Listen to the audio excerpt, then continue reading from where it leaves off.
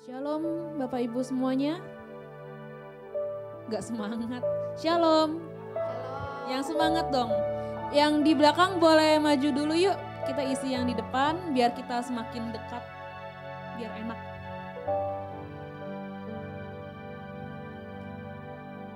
Ayo yang di belakang bisa maju ke depan yuk. Isi dulu bangku yang di depan yang kosong ini.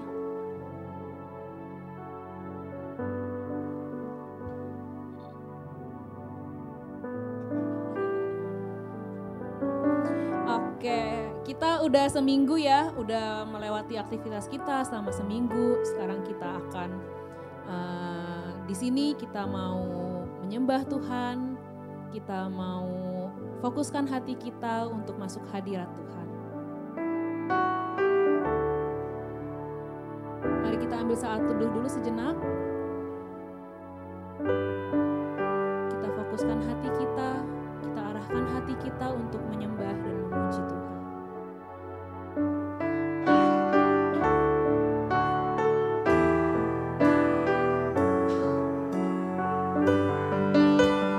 Kita mau masuk hadirat Tuhan, biarkan rohnya Tuhan mengalir dalam diri kita.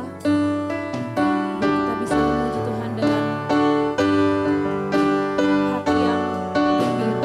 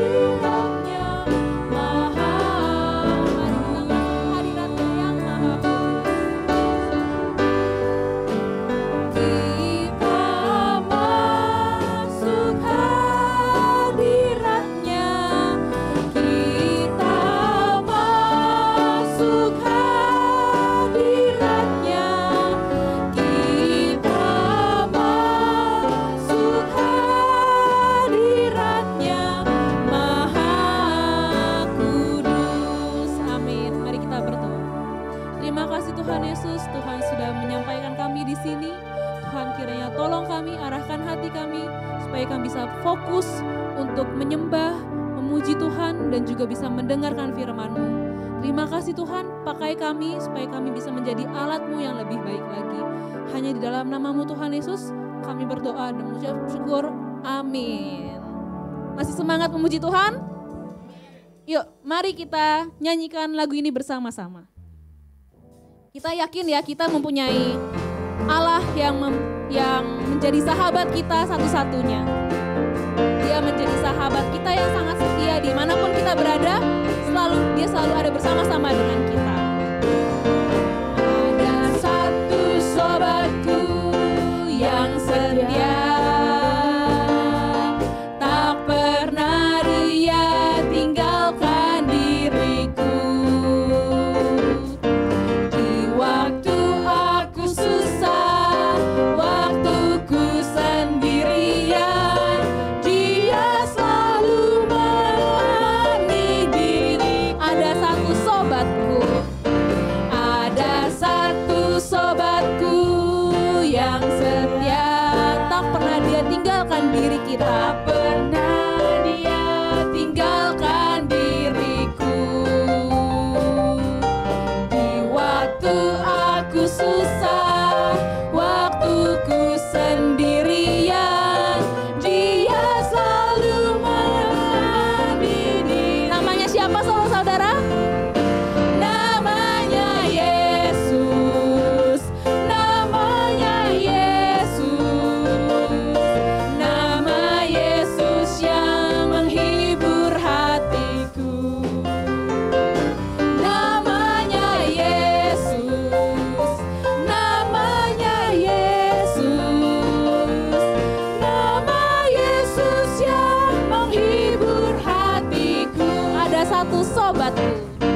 Ada satu sobatku yang setia, tak pernah dia tinggalkan diriku. Di waktu apa? Di waktu aku susah, waktuku sendirian, dia selalu menemani diri kita. Namanya Yesus. Namanya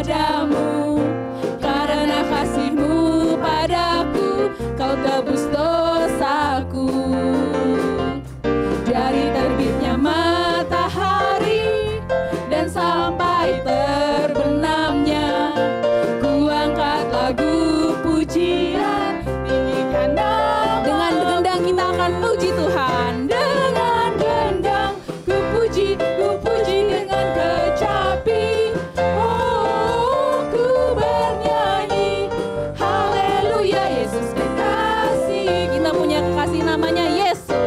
Kekasih jiwaku, sungguh ku percaya padamu. Karena kasih-Mu padaku, Kau tebus dosaku. Dari terbitnya matahari dan sampai terbenamnya, ku angkat lagu pujian, tinggikan nama. Mari kita puji Tuhan bersama-sama. Dengan gendang ku puji dengan kecapi. Oh, ku bernyanyi, haleluya, Yesus kekasih. Sekali lagi dengan gendang kita akan puji Tuhan. Dengan gendang ku puji dengan kecapi. Oh, ku bernyanyi, haleluya, Yesus kekasihku. Amin. Beri tepuk tangan untuk Tuhan. Masih semangat untuk memuji Tuhan? Amin. Namanya Yesus, namanya Yesus, nama Yesus yang menghibur hatiku. Namanya Yesus. Namanya Yesus, namanya Yesus, nama Yesus yang menghibur hatiku. Namanya Yesus, namanya Yesus, nama Yesus yang menghibur hati. Nama Yesus yang menghibur hati kita. Nama Yesus yang menghibur. Sekali lagi, nama Yesus yang menghibur hati kita. Nama Yesus yang menghibur hatiku. Amin. Beri tepuk tangan untuk Tuhan.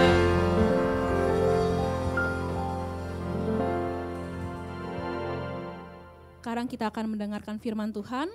Mari kita siapkan hati kita untuk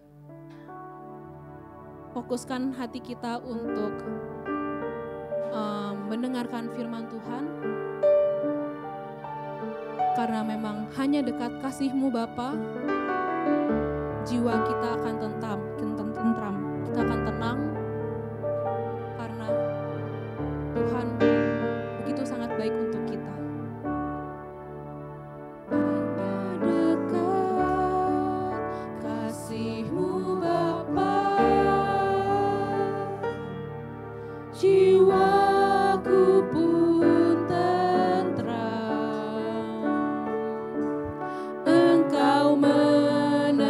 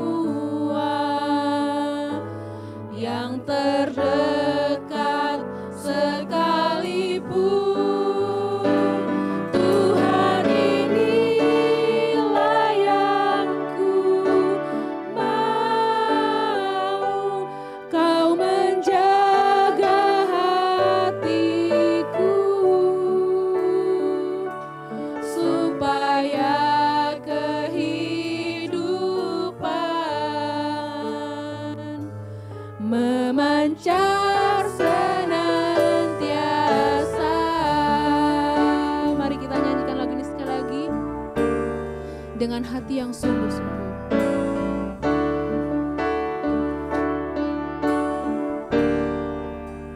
Hanya dekat kasih-Mu Bapa. Yes, benar. Hati kita akan tenang. Jiwaku pun tentram.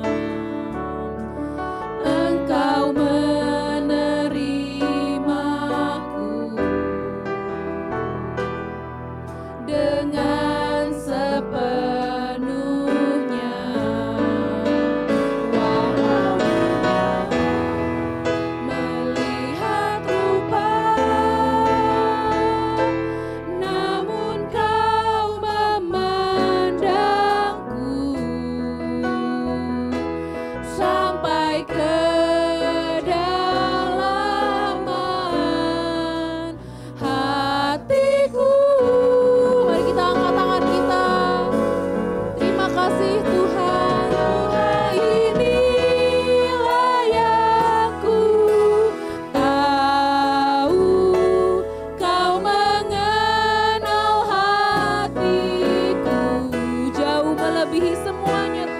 jauh melebihi semua yang terdekat sekalipun. Tuhan, inilah yang ku Yes Tuhan, kita mau Engkau menjaga hati kami. menjaga hatiku supaya kehidupan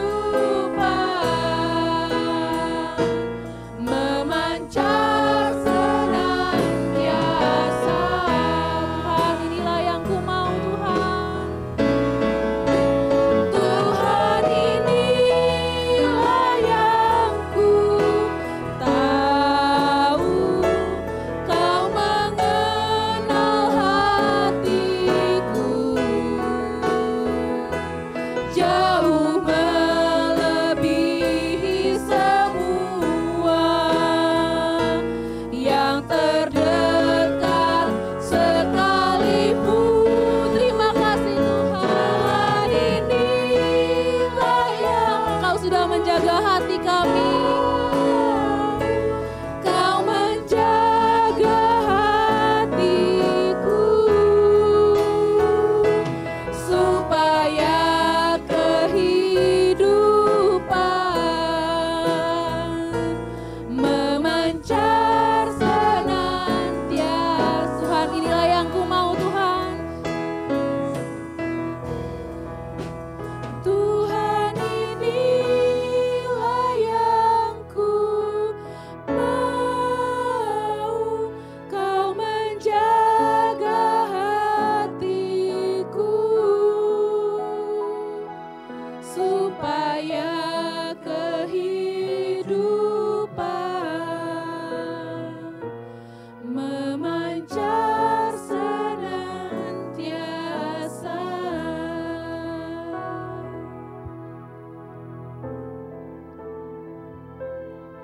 Bapa yang bertahta di kerajaan surga, yang kami sembah di dalam nama Putramu yang tunggal Tuhan kami Yesus Kristus. Kami siap mendengarkan firman-Mu Bapa. Pada hari ini Engkau berkenan menyampaikan Yesaya 5 dengan ayat emas yang akan kami renungkan dari ayat 4. Apalagi yang harus kulakukan terhadap kebun anggur itu? Aku mengharapkan kebun itu menghasilkan buah anggur yang manis, tetapi mengapa hasilnya buah anggur yang masam? Dan biarlah Engkau berbicara melalui firman-Mu ini untuk kemuliaan nama-Mu. Dan biarlah Engkau berbicara melalui firman-Mu ini untuk kebesaran kerajaan-Mu. Dengan Engkau memperkuat gereja-Mu TLCC dari hari lepas hari. Dengan Engkau memperkuat setiap pribadi lepas pribadi yang Engkau panggil melalui gereja-Mu TLCC ini. Di dalam nama Tuhan Yesus Kristus, haleluya, amin. Jemaat silakan duduk. Mari kita beri kemuliaan untuk Tuhan, untuk tim worship TLCC. Thank you so very much. It's wonderful guys. Yesaya 5 cukup panjang, saya tidak akan membacakan ayat demi ayat. Tapi pusat perhatian kita adalah di ayat emas kita, yaitu ayat 4 yang tadi saya bacakan. Saya akan memulai dengan sesuatu di mana kita bisa dengan mudah menghubungkan diri kita ke sesuatu itu. Yang pertama adalah kasus seorang anak yang sangat dikasihi oleh ayahnya, oleh ibunya, dia anak satu-satunya. Anak ini termasuk golongan anak yang pandai. Jadi di sekolah dia berprestasi. Kebetulan saat itu dia di SMA, dia memulai pergaulan-pergaulan yang agak sedikit lepas daripada apa yang dilihat oleh orang tuanya sendiri terhadap si anak ini. Dari hari lepas hari orang tua ini melihat makin lama ada perbedaan nih. Hari berikutnya berbeda lagi nih.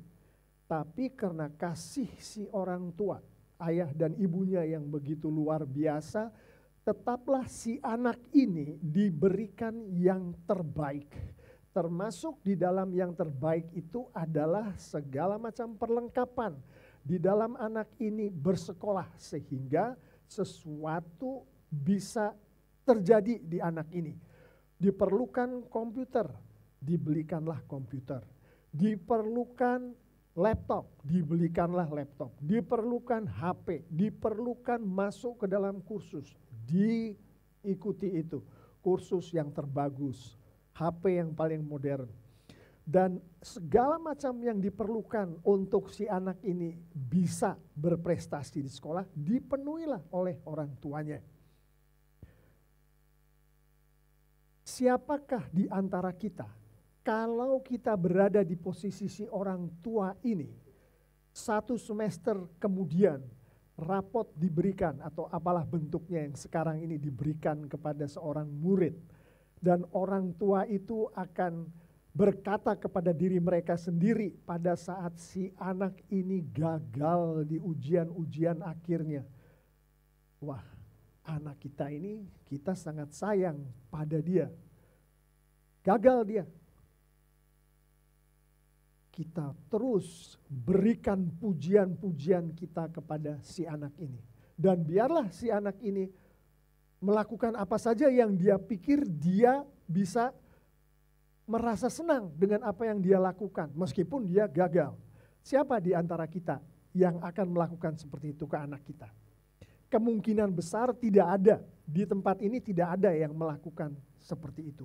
Karena pada saat kita memberikan yang terbaik pada anak kita, di dalam pendidikan anak kita itu, kita mengharapkan anak itu akan lulus, bukan? Dari pendidikannya, bukan? Akan menerima ijazah atau rapot yang bagus, bukan? Itulah yang kita harapkan sebagai orang tua. Satu kasus lagi. Seorang istri atau seorang suami memberikan yang terbaik kepada spouse-nya. Spouse itu kalau si istri adalah suaminya, kalau suami adalah istrinya. Dia doakan si suami itu atau si istri itu. Dia bahkan tidak segan-segan, badan kurang enak, bangun pagi siapkan makanan pagi. Kalau ini seorang suami yang biasa melakukan itu untuk istrinya atau juga istri yang melakukan ke suaminya. Dia bekerja keras, baik itu di kantor bagi suami maupun istri. Intinya adalah si pasangannya ini melakukan yang terbaik untuk si pasangan yang satu lagi itu. Siapakah di antara kita, baik kita sebagai istri maupun sebagai suami, yang berkata kepada diri kita sendiri, saya sudah melakukan yang terbaik nih. Suami saya atau istri saya, dia tidak menunjukkan tingkah laku yang menghargai apa yang saya sudah lakukan dengan mati-matian itu, mengorbankan banyak hal itu bagi pasangan saya. Siapa di antara kita, baik kita dalam posisi suami maupun istri akan mengatakan, enggak apa-apa itu. Yang penting dia happy. Enggak apa-apa yang seperti itu. Kebanyakan di antara kita, kita mengharapkan istri kita atau suami kita mengasihi kita, memperhatikan kita, bukan pada saat kita melakukan hal-hal seperti itu. Nggak ada si istri yang mau atau si suami yang mau. Si istri sudah masak pagi misalkan, kebetulan tugas masak pada hari itu. Susah payah bangun pagi terus suaminya makan dan makan dengan muka masam. Tidak ada perkataan yang memuji si istri atas masakannya atau suami yang melakukan masak itu. Istrinya tidak memuji. Nggak ada kita yang mau itu. Intinya adalah setiap tindakan kasih, grace bahasa Inggrisnya, selalu ini adalah hukumnya. Menurut Alkitab juga begitu. Diikuti oleh buah yang bagus. Kalau kita memberikan yang terbaik untuk anak kita di dalam anak kita bersekolah, kita mengharapkan dia berbuah bagus, yaitu lulus. Kalau kita memberikan yang terbaik untuk suami atau istri kita, kita mengharapkan buah yang bagus, yaitu dia, suami atau istri itu akan mengasihi kita. Begitu bukan? Begitulah kita semua bukan? Hari ini kita akan melihat begitu pula lah yang dikatakan di Alkitab, di Yesaya 5. Yesaya punya teman baik, ini di dalam tanda kutip. Dia katakan kekasihku, yang mana teman baiknya ini adalah pengusaha kebun anggur jadi saya ini parafrase ya, nggak persis seperti apa yang dibilang di firman Tuhan, tapi di parafrase. Dia adalah pengusaha kebun anggur. Dia lakukan si kekasihnya si Yesaya ini, yang memiliki kebun anggur itu, yang terbaik untuk kebun anggur ini. Tanahnya diolah sedemikian rupa, semua hama dan pengganggu disingkirkan dari kebun anggur itu. Dipagerilah kebun anggur itu, yang terbaik dilakukan oleh pengusaha atau pemilik kebun anggur ini, sehingga kebun anggur ini bertumbuh. Kira-kira si pengusaha kebun anggur ini akan bagaimana terhadap apa yang terjadi di kebun anggur itu? Acuh tak acuhkah? Apakah nanti anggurnya hasilnya baik atau tidak? Yang benar kalau kita berpikir secara normal, dan ini juga jalan berpikir firman Tuhan adalah dilakukan yang terbaik untuk kebun anggur ini. Si pengusaha kebun anggur mengharapkan buah-buahnya adalah buah yang baik, bukan? Yang dikatakan di dalam firman Tuhan ini adalah buah yang manis. Itulah yang diharapkan oleh pengusaha anggur itu. Kita tahu Yesaya 5 ini yang adalah nubuat. Nubuat yang disampaikan dalam bentuk perumpamaan. Itu terjadi. Dan terjadinya bukan di masa perjanjian lama saja, tapi juga di perjanjian baru dan di hari-hari ini terjadi di dalam kehidupan kita. Pengusaha anggur memberikan yang terbaik. Bahasa Alkitabnya adalah grace. Dia memberikan grace terhadap anggur-anggur itu. Tadi firman Tuhan jalan berpikirnya adalah grace akan diikuti oleh buah yang manis, hasil yang baik. Kita hari ini, anak-anak Tuhan, diberi oleh Tuhan Yesus, Tuhan kita, grace yang luar biasa. Coba kita pikirkan sebentar. Apa saja berkat Tuhan yang sudah diberikan kepada kita sebagai anak-anak Tuhan. Mulai dari kita diberi kehidupan yang memadai sesuai dengan apa yang Tuhan kehendaki untuk kita hidupi. Yang punya istri diberkati dengan istri. Yang punya anak diberkati dengan anak. Yang sedang di dalam pekerjaan diberkati dengan pekerjaan. Yang punya penghasilan diberkati dengan penghasilan. Yang punya kesehatan diberkati dengan kesehatan. Grace semua itu. Lebih dari itu Tuhan memberkatkan kepada kita putranya yang tunggal dalam bentuk Roh Kudus yang berada di dalam diri kita. Dan dilengkapi dengan firman Tuhan. Yaitu Alkitab yang bisa kita akses, kita dekati, kita baca, kita renungkan setiap saat. Sama dengan ilustrasi tadi, sama dengan perumpamaan yang ada di Yesaya 5, Tuhan kita mengharapkan buah yang manis. Tuhan kita mengharapkan sesuatu yang keluar dari diri kita, di dalam kehidupan kita, adalah sesuatu yang membuat Tuhan berkata kepada dirinya sendiri, oh, buahnya sungguh manis. Begitu bukan? Kita lihat kembali di Yesaya ayat 5 ini. Itukah yang terjadi di kebun anggur milik sahabat Yesaya yang kita tahu nanti bahwa sahabatnya ini adalah Tuhan sendiri sebagai pengusaha kebun anggur itu? Ternyata tidak. Yang terjadi adalah buah-buah hasil dari kebun anggur yang dirawat sedemikian rupa. Bukannya manis tapi masam. Asam itu buah. Dan kecewalah si pengusaha kebun anggur ini. Jangan kita berpikir bahwa pada saat Tuhan memberkati kita dan hasil yang kita persembahkan kepada Tuhan melalui hidup kita adalah di dalam tanda kutip buah anggur yang masam, Tuhan tidak kecewa. Tuhan kecewa. Dan di dalam Yesaya 5, ini perumpamaan tapi kita nanti melihat hasil dari nubuat, perumpamaan yang adalah nubuat itu seperti apa. Pada saat yang keluar adalah buah yang asam, maka yang dilakukan oleh si pengusaha itu adalah semua pagar-pagar yang melindungi kebun anggur itu ditarik semua. Sehingga binatang-binatang liar masuk ke dalam kebun anggur itu dan menginjak-injak dan memakan anggur itu. Itu pertama. Kedua yang dilakukan adalah hujan diberhentikan supaya tidak turun hujan. Kita tahu tanaman manapun tanpa air dia akan rusak. Hujan diberhentikan. Tidak ada pagar lagi. Tanahnya tidak lagi diolah. Duri-duri dan semua hama dibiarkan tumbuh.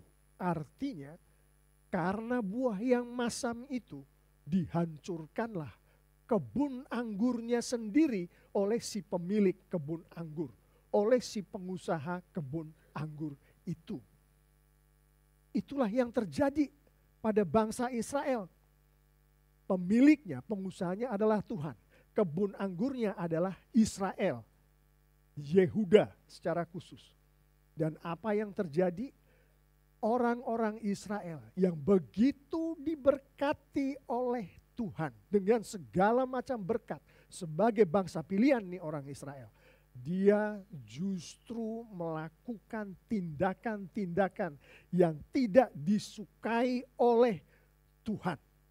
Tindakan-tindakan yang membuat Tuhan sangat kecewa bahkan marah terhadap tindakan-tindakan itu. Coba kita lihat apa tindakan-tindakan yang dilakukan oleh Israel yang membuat Tuhan marah sedemikian rupa.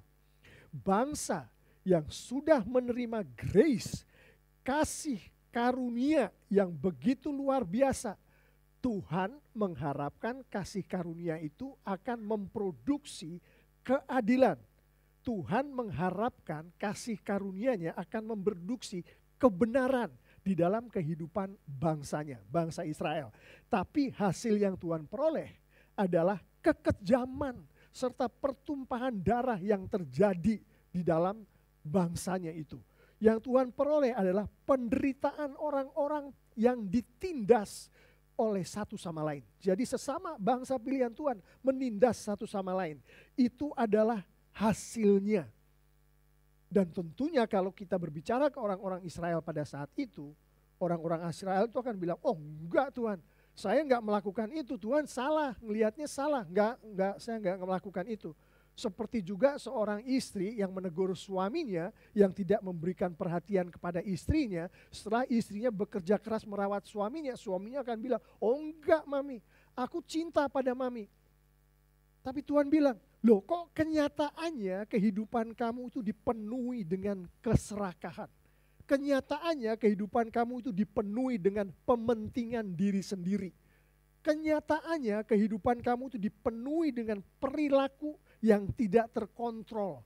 Mabok-mabokan, penggunaan obat-obatan yang dilarang.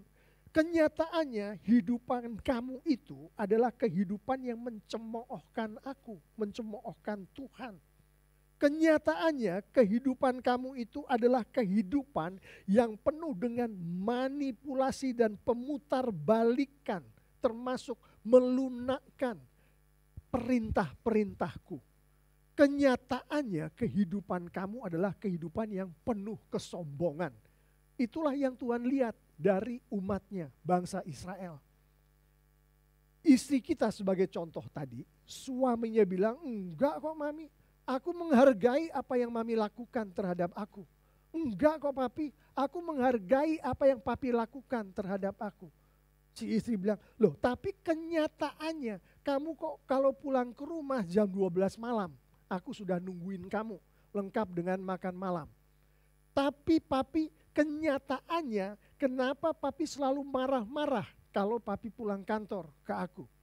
Kenyataannya papi, kenapa papi mabuk-mabukan di bar dan menghabiskan uang belanja di bar. Kan gak cocok apa yang disampaikan oleh si suami itu dengan kenyataan yang dialami oleh si istri.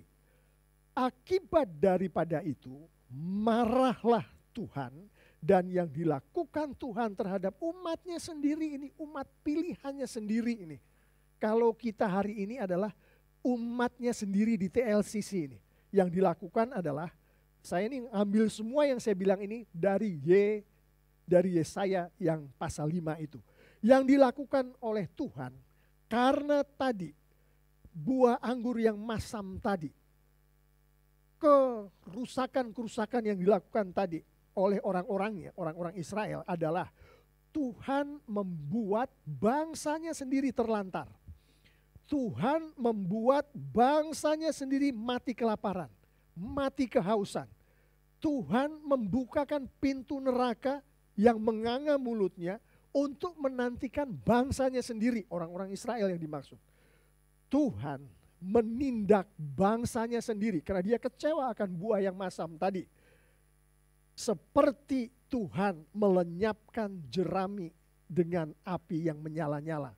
Itu ada di ayat 9, ayat 13, ayat 14, ayat 24 yang saya baru bilang tadi. Semuanya dari firman Tuhan. Dan yang terakhir yang Tuhan lakukan adalah Tuhan memberikan bangsanya sendiri kepada musuh-musuh bangsanya. Yang di dalam firman Tuhan kita ketahui seperti spiral bentuk daripada kehidupan umat Tuhan itu. Umat Tuhan diberkati, dia kemudian menjadi lengah, jatuh dalam dosa. Dihukum oleh Tuhan, kemudian bertobat, diberkati, bentuknya seperti spiral begini. Di atas ke bawah, di atas ke bawah. Nah, pada saat di bawah itulah salah satunya adalah nubuat yang disampaikan oleh Nabi Yesaya ini. Di mana musuh-musuh Tuhan menyerang orang-orang Israel, menghancurkan Yerusalem, dan bukan hanya membunuh banyak sekali orang-orangnya Tuhan, tapi menawan mereka dan membawa ke tempat pengasingan. Bangsa yang melakukan ini termasuk bangsa Kasdim, termasuk bangsa Babel, termasuk bangsa Roma. Itu yang dilakukan oleh Tuhan karena Tuhan kecewa dengan buah yang masam itu. Dan ini kenyataan nubuat yang dihidupi oleh orang-orang Israel. Kita barusan bicara bahwa Tuhan memberikan kasih karunia-Nya, grace-Nya kepada kita semua. Anak-anak Tuhan di TLCC, dan kita baru belajar, Tuhan mengharapkan hasil yang adalah buah yang manis. Pak Pen, seperti apa sih Pak Pen? Pak Pen itu artinya Pak Pendeta. Buah yang manis itu. Belum lama ini kita retreat, bukan? Retreat yang luar biasa. Tuhan memakai retreat itu untuk memuliakan dirinya dan memperbesar kerajaannya. Mari kita beri kemuliaan dulu untuk Tuhan untuk retreat itu. Saya tahu sebagian besar di antara kita ada di dalam retreat itu. Di dalam retreat itu, ayat yang kita jadikan ayat emas adalah Efesus 4 ayat 16. Saya akan bacakan, ini belum lama berlalu. Tidak, tetapi sebaliknya dengan penuh kasih kita senantiasa mengikuti kebenaran. Berkata benar, berbuat benar, hidup benar. Dengan demikian di dalam segala hal kita makin lama makin menyerupai Kristus yang menjadi kepala dari tubuhnya. Di bawah pimpinannya seluruh tubuh itu disatukan dengan sempurna dan setiap bagian dengan tugasnya yang khusus menolong bagian-bagian lain sehingga seluruh tubuh itu tetap sehat, tumbuh dan penuh dengan kasih. Itu ayat emas yang kita renungkan, kita bahas, kita diskusikan di retreat kita. Kelihatankah dari contoh ayat ini apa yang Tuhan harapkan dari TLCC atas kasih karunia yang diberikan oleh Tuhan kepada kita semua, jemaatnya di gereja TLCC? Tuhan memberikan pekerjaan, Tuhan memberikan kesehatan, Tuhan memberikan keluarga, Tuhan memberikan firman Tuhan, Tuhan memberikan semua yang bisa Tuhan berkatkan kepada kita. Kelihatankah harapannya dari ayat ini? Sangat jelas. Saya akan sampaikan di sini. Yang diharapkan oleh Tuhan adalah kita TLCC, jemaatnya di TLCC, untuk semakin hari semakin menyerupai Kristus. Itu yang diharapkan. Semakin hari semakin menyerupai Kristus. Seperti apakah perwujudan dari semakin hari semakin menyerupai Kristus itu? Ada di ayat yang sama. Ayat 16 ini. Hidup saling mengasihi. Hidup mengikuti kebenaran firman Tuhan. Berkata benar, berbuat benar, hidup benar, saling menolong satu sama lain. TLCC, itulah yang diharapkan oleh Tuhan. Atas kasih karunia yang Tuhan berikan kepada kita. Keluarga lepas keluarga, pribadi lepas pribadi. Jelas bukan? Terhubung dengan Yesaya 5 bukan? Contoh kebun anggur bukan? Kenyataan daripada contoh yang adalah perumpamaan yang menjadi nubuat itu terhadap bangsa Israel yang kemudian ditawan dan banyak yang dibunuh oleh bangsa Roma. Terhubung bukan apa yang Tuhan kehendaki di TLCC, apa yang Tuhan kehendaki atas keluarga kita? Pertanyaannya adalah hasilnya seperti apa di dalam keluarga kita? Di dalam kita sebagai individu, di dalam kita sebagai gereja. Buah maniskah yang adalah makin menyerupai Kristus? Atau buah asamkah yang di dalam konteks kita ini bisa kita katakan sebagai bukannya makin menyerupai Kristus, tapi makin menyerupai dunia? Apa yang terjadi pada diri kita, pada keluarga kita, kalau kita bercermin? Kalau kita mau berbicara secara jujur, oke lah. Ada yang semakin hari semakin menyerupai Kristus. Tapi kebanyakan semakin hari semakin menyerupai dunia. Dan perwujudannya kalau tadi yang disampaikan melalui Yesaya 5 tadi adalah termasuk keserakahan, kesombongan, dan segala macamnya tadi. Apakah kita melihat di dalam diri kita di mana Tuhan mengharapkan makin menyerupai Kristus, tapi kita makin menyerupai dunia? Antara lain, di dalam kehidupan kita, kita saling iri satu sama lain. Hal-hal kecil di dalam kehidupan kita, berkeluarga, yang dilakukan oleh istri kita, yang dilakukan oleh adik kita, dilakukan oleh kakak kita, atau mungkin dilakukan oleh kelompok kecil kita, membuat kita iri dan itu menimbulkan permusuhan. Itukah yang kita hidupi? Atau apakah kita menghidupi kehidupan kita dengan mengikuti apa yang disampaikan di YouTube? Apa yang disampaikan oleh bos kita di tempat kita kerja? Apa yang disampaikan oleh buku-buku yang kita baca? Artikel-artikel yang kita baca di internet? Hidup mengikuti apa yang dikatakan dunia? Seperti itukah kehidupan kita? Kita bisa bercermin di dalam kehidupan kita. Kalau kita korupsi atau kalau kita selingkuh, itu dua contoh yang paling netral dan paling gampang. Masih banyak contoh-contoh lain lagi.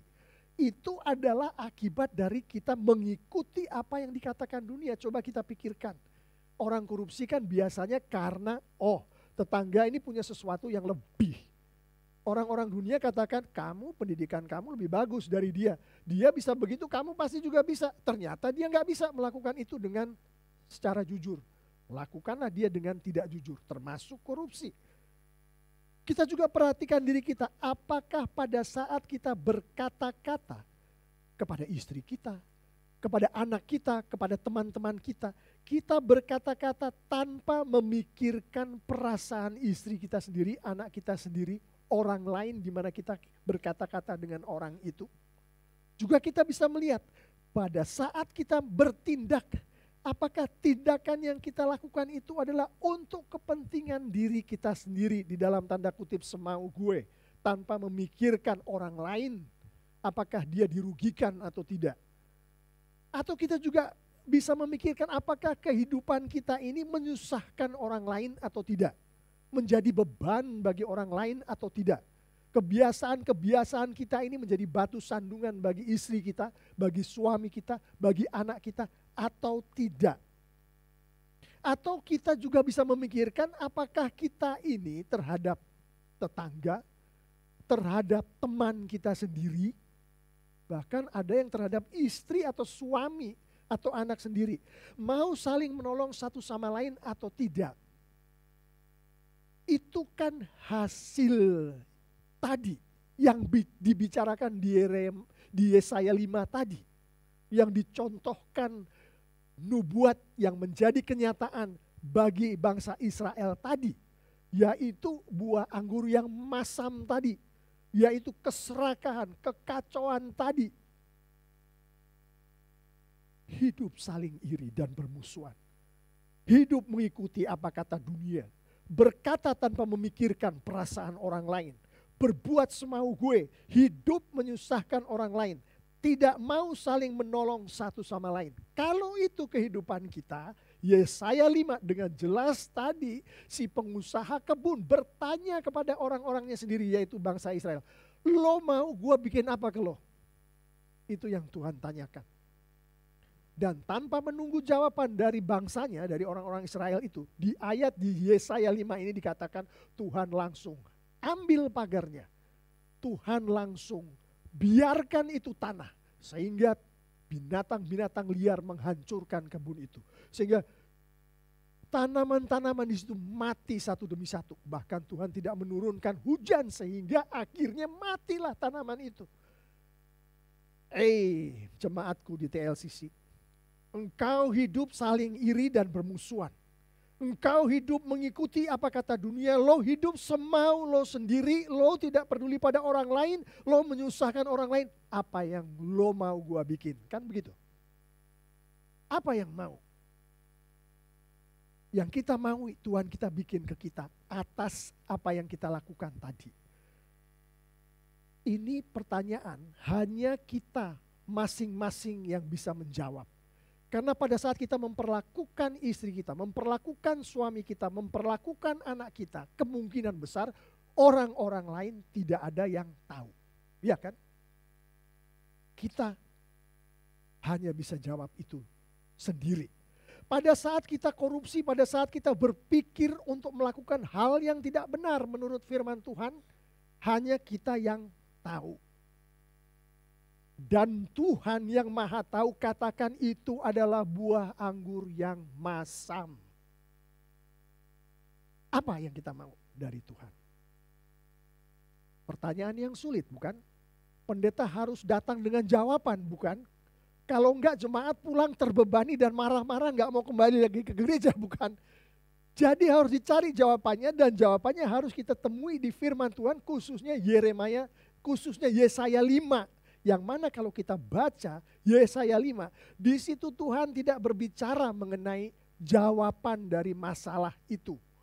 Tuhan hanya katakan ini masalahnya, ini sebabnya, ini yang akan aku lakukan terhadap masalah itu. Itu yang Tuhan katakan. Dan Tuhan buktikan itu dengan membunuh banyak sekali orang Israel, dengan membuat orang-orang Israel ditawan oleh orang Romawi, oleh orang Babel, oleh orang Kasdim. Gak ada jawaban. Tapi puji Tuhan, pada saat Tuhan menyampaikan firman-Nya, Dia tidak akan menggantung jemaatnya untuk mencari-cari dan pulang ke rumah.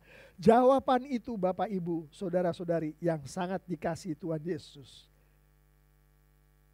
ada di ayat 24. Yesaya 5. Saya akan bacakan ini ayat. Dan perhatikan baik-baik.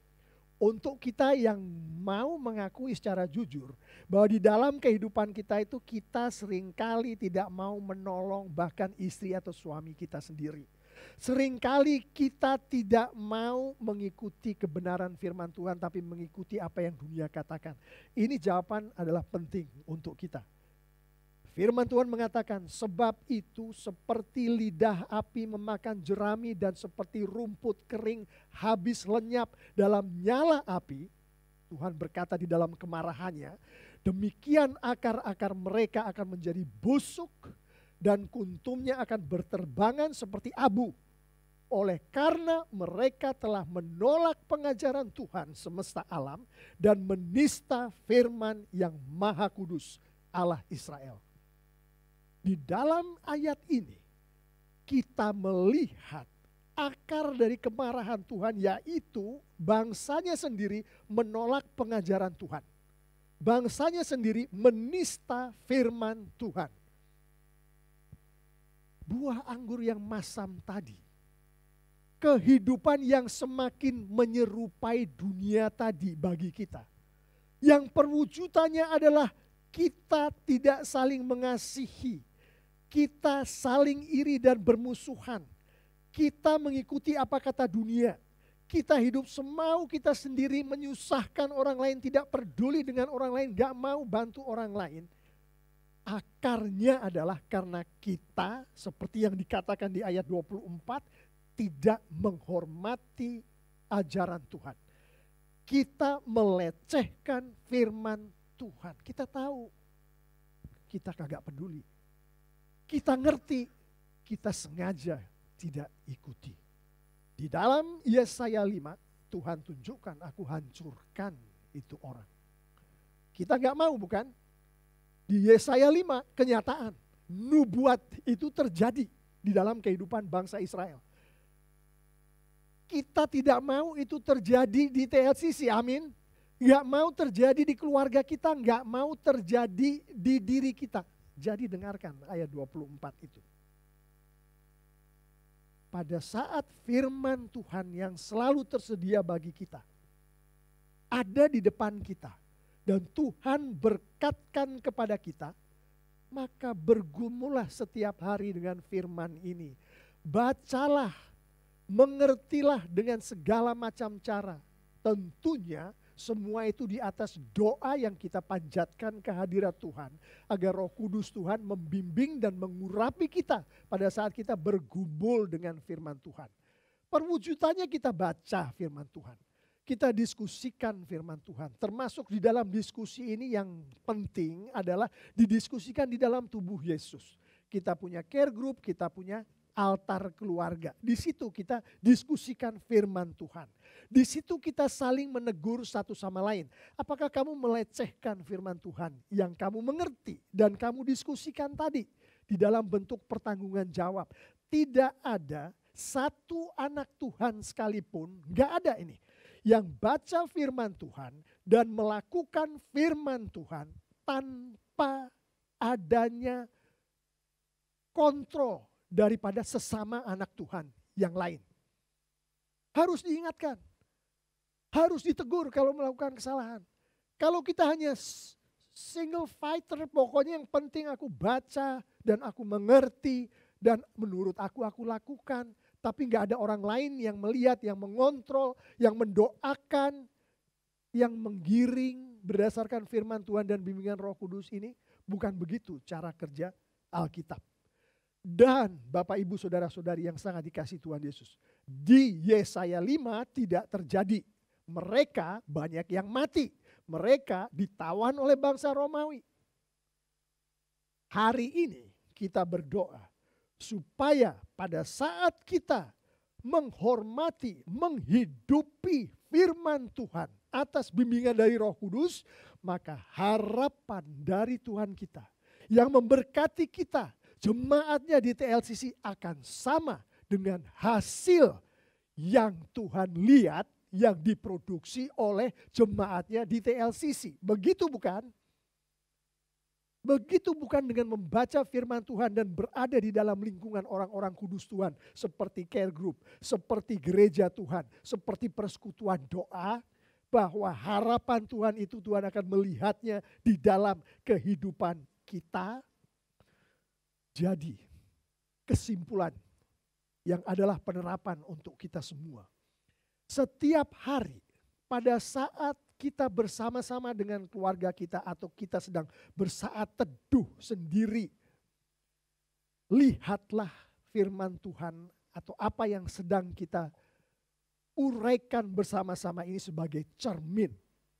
Apakah kita masih menghidupi hidup yang penuh keirian? Melihat orang lain sukses, kita kemudian membenci orang itu. Apakah kita masih menghidupi apa yang dunia katakan lebih daripada kita menghidupi apa yang firman Tuhan katakan? Apakah kita masih menghidupi kehidupan kita seenak kita sendiri? Bahkan menyusahkan orang lain.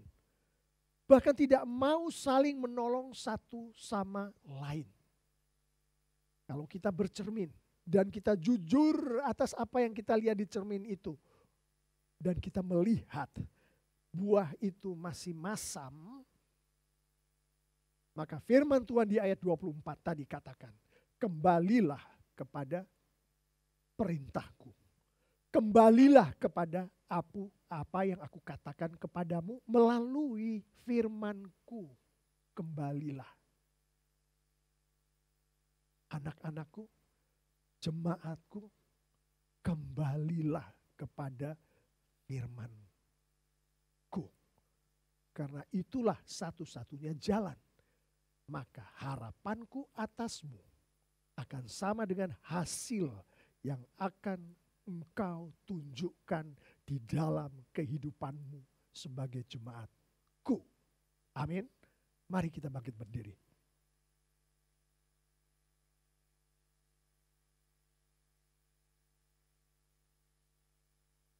Bapak, terima kasih Bapak. Apa yang Engkau baru saja izinkan kami untuk merenungi bersama adalah bentuk yang sangat nyata dari kasih-Mu yang luar biasa itu. Bentuk yang sangat nyata dari grace-Mu itu. Berdasarkan firman-Mu kami mengetahui atas grace itu Engkau mengharapkan hasil yang manis. Bapak, pada saat ini kami memohon urapan dari Roh Kudus-Mu Bapak. Oh Bapak, urapi kami dengan kekuatan yang datangnya hanya daripada Roh Kudus-Mu. Dan berilah kami kemampuan Bapak untuk boleh mengerti. Untuk boleh tetap selalu berada di dalam firman-Mu. Oh Bapak, berilah itu kepada kami. Mari jemaat kita pikirkan. Mari jemaat kita renungkan. Mari jemaat kita hidupi pengharapan dari Tuhan kita. Tuhan yang begitu penuh dengan kasih karunia yang sudah Dia limpahkan kepada kita. Mari kita pikirkan. Hari ini siapakah kita masih memiliki ganjelan atau rasa iri di dalam kehidupan kita? Apakah itu bahkan suami kita sendiri atau istri kita sendiri? Teman kerja kita sendiri? Teman se-care group kita sendiri? Teman segereja kita sendiri? Mari kita renungkan itu. Oh Tuhan, bawalah nama-nama ini ke dalam pemikiran kami. Kadang-kadang kami tidak mau mengakuinya, Engkau buat kami untuk menyadari bahwa rasa iri itu ada Bapak. Bahwa ada buku-buku dunia yang kami baca dengan sangat tekun dan kami terpengaruh olehnya. Itu ada Bapak. Kami berkata tanpa memikirkan perasaan orang lain, bahkan orang-orang yang kami cintai. Itu sering terjadi Bapak. Kami berbuat semau kami sendiri, itu juga sering terjadi Bapak. Bahkan menyusahkan orang lain di dalam kehidupan kami. Tidak mau menolong satu sama lain. Terjadi di dalam kehidupan kami Bapak. Dan terima kasih Bapak, Engkau boleh bawa ini di dalam doa kami saat ini. Dan Engkau juga mengizinkan kami untuk memohon kepadamu urapan dari Roh Kudus-Mu. Dan Bapa, kami semua mengimani bahwa Engkau berkenan mendengar doa kami, Engkau berkenan mengurapi kami melalui doa kami ini. Engkau akan memenuhi harapan-Mu di dalam kehidupan kami melalui hasil buah yang sesuai dengan yang Engkau harapkan, Bapa. Oh Bapa, rendahkan kami, rendahkan hati kami, rendahkan keegoan kami, Bapa. Sehingga pada saat Engkau bekerja, Roh Kudus-Mu bekerja di dalam kami untuk membuat ini menjadi kenyataan hidup kami. Hati kami terbuka, mulut kami tersenyum, mata kami berbinar-binar mengetahui Engkau sedang bekerja untuk Engkau memperoleh hasil seperti yang Engkau harapkan. Jemaat Tuhan yang sangat dikasihi oleh Tuhan Yesus,